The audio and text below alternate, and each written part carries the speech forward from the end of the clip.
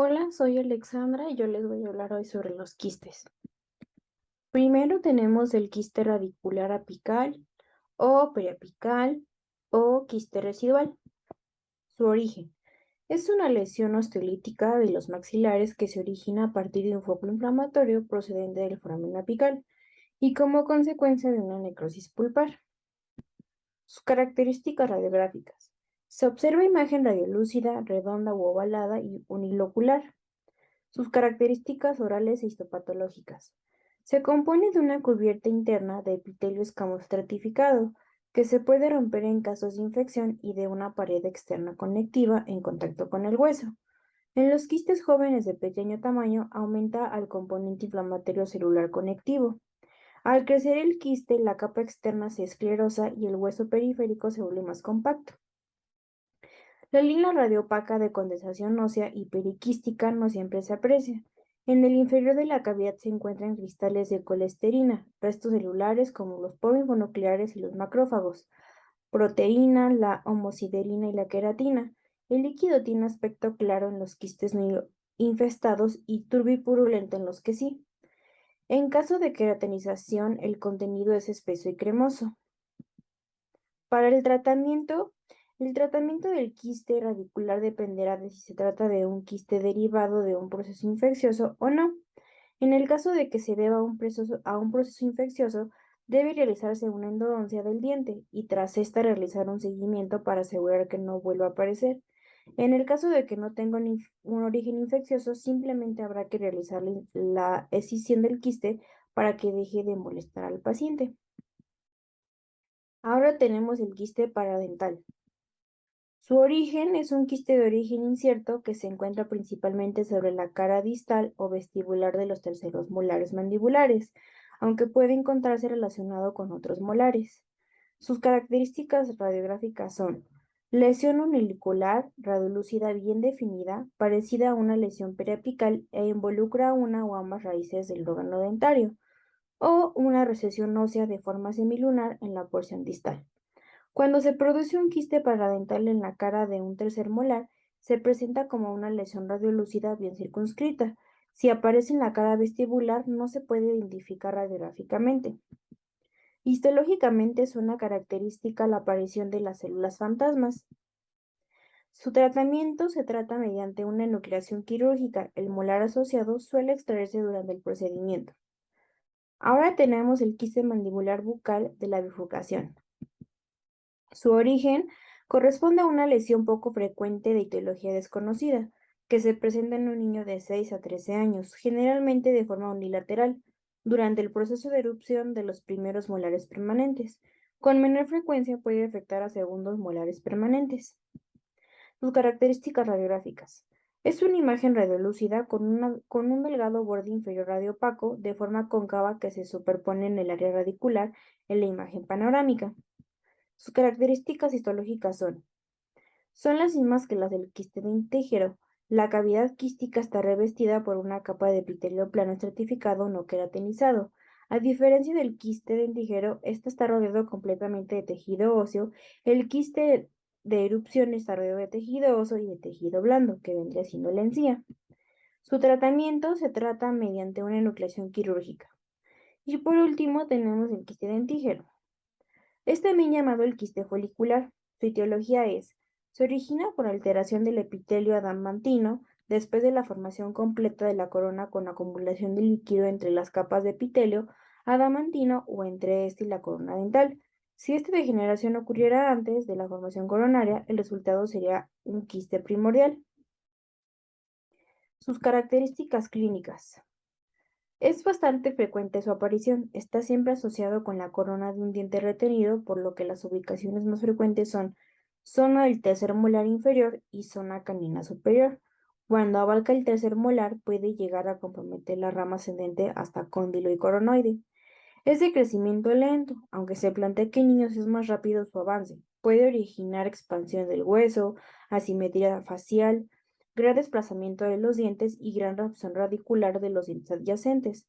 Puede circular a un odontoma compuesto o complejo y tiene potencialidad para ser el más agresivo de los quistes odontogenos. Sus características radiográficas. Es una zona reducida, redonda y bien circunscrita, asociada a la corona del diente sin erupcionar. De características histológicas tenemos que no presenta rasgos característicos que lo distingan de los demás quistes.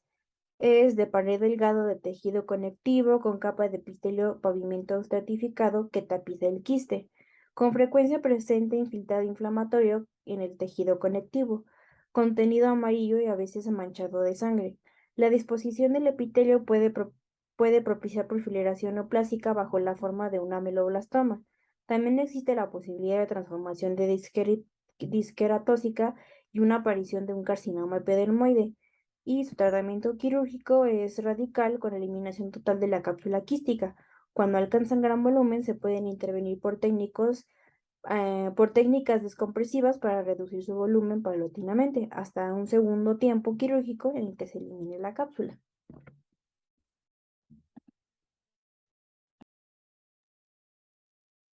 Bueno, yo voy a seguir con la segunda parte de quistes y a continuación tenemos el queratoquiste odontogénico.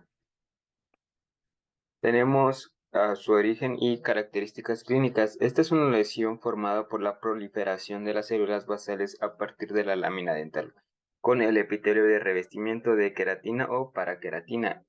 El epitelio con un aumento en la síntesis de DNA. En sus características clínicas puede producir un dolor, una expansión, una parestesia de labios y de dientes. Es más frecuente su aparición en el sexo masculino y sobre todo en la mandíbula, que se puede observar mayormente o comúnmente en la zona de terceros molares. Cuando se encuentra en el maxilar es frecuente observarlo en una zona de caninos. En ocasiones se asocia con el síndrome de quistes maxilares del nervio de células basales. Continuamos con sus características radiográficas. Se observan múltiples nódulos quísticos llenos de queratina, como se pueden apreciar en las siguientes radiografías, a la altura de segundos y terceros molares. Y tenemos sus características histológicas. Estas no presentan que no es un no patonómico, es similar al de otros quistes odontogénicos, tiene una pared constituida por haces de fibras colágenas, tapizado en su cara interna por una capa intacta o interrumpida del epitelio de pavimento estratificado, y pueden presentar infiltración de células inflamatorias en la pared conectiva. Bueno, y tenemos a su tratamiento. Su tratamiento es un tratamiento quirúrgico que consiste en la eliminación total y un cureteo amplio del lecho con el seguimiento clínico y radiográfico por no menos de 5 años por su alto poder de recidivante, como pueden ver en las imágenes. Bueno, continuamos con el quiste periodontal lateral. Tenemos su origen y su etiología. En este caso se puede ver su aspecto clínico intrabucal. Proviene del ligamento periodontal lateral de un diente erupcionado. Debe distinguirse de los quistes radiculares laterales de origen inflamatorio. Sin embargo, el origen del epitelio es muy controvertido. Se halla revestido por un epitelio no queratinizado con engrosamiento en la placa. Sus características clínicas es situado lateralmente a la raíz de un diente vital. Puede aparecer con la edad, se localiza con mayor frecuencia en la mandíbula, en la región de los premolares, caninos y zonas de terceros molares, o en la región anterior del maxilar, y este suele ser descubierto en un examen radiológico casual. Continuamos con sus características radiográficas. Tenemos que es una imagen radiolúcida situada entre las raíces de dos dientes, entre el diente y la cresta alveolar. En ocasiones puede ser multilocular y más agresivo, como un quiste odontogénico botrioide. Presenta características histológicas similar a la de quistes odontogénicos y se halla revestido por un epitelio no queratinizado con un engrosamiento en la placa. Su tratamiento. Su tratamiento consiste en un tratamiento quirúrgico que sería la enucleación del quiste, y se va a tomar en cuenta la vitalidad de los dientes para que estos no se vean afectados durante el procedimiento quirúrgico. A continuación tenemos el quiste odontogénico glandular. Seguimos con las características clínicas y el origen. Es una lesión muy poco frecuente, no presenta predilección sexual, alcanza un tamaño variable y puede afectar todo el cuerpo mandibular. Se considera localmente agresivo con un alto poder recidivante. Y en sus características radiográficas suele presentarse como lesiones radiolúcidas, uniculares o multiloculares, como se puede apreciar en las radiografías. Sus características histológicas presentan un aspecto glandular o pseudoglandular con conductos o microquistes intraepiteliales. Y su tratamiento quirúrgico igualmente es una enucleación total, teniendo en cuenta que tiende a recurrirse. Mayormente el tratamiento de todos los quistes va a ser quirúrgico. Y continuamos con el quiste odontogénico calcificante.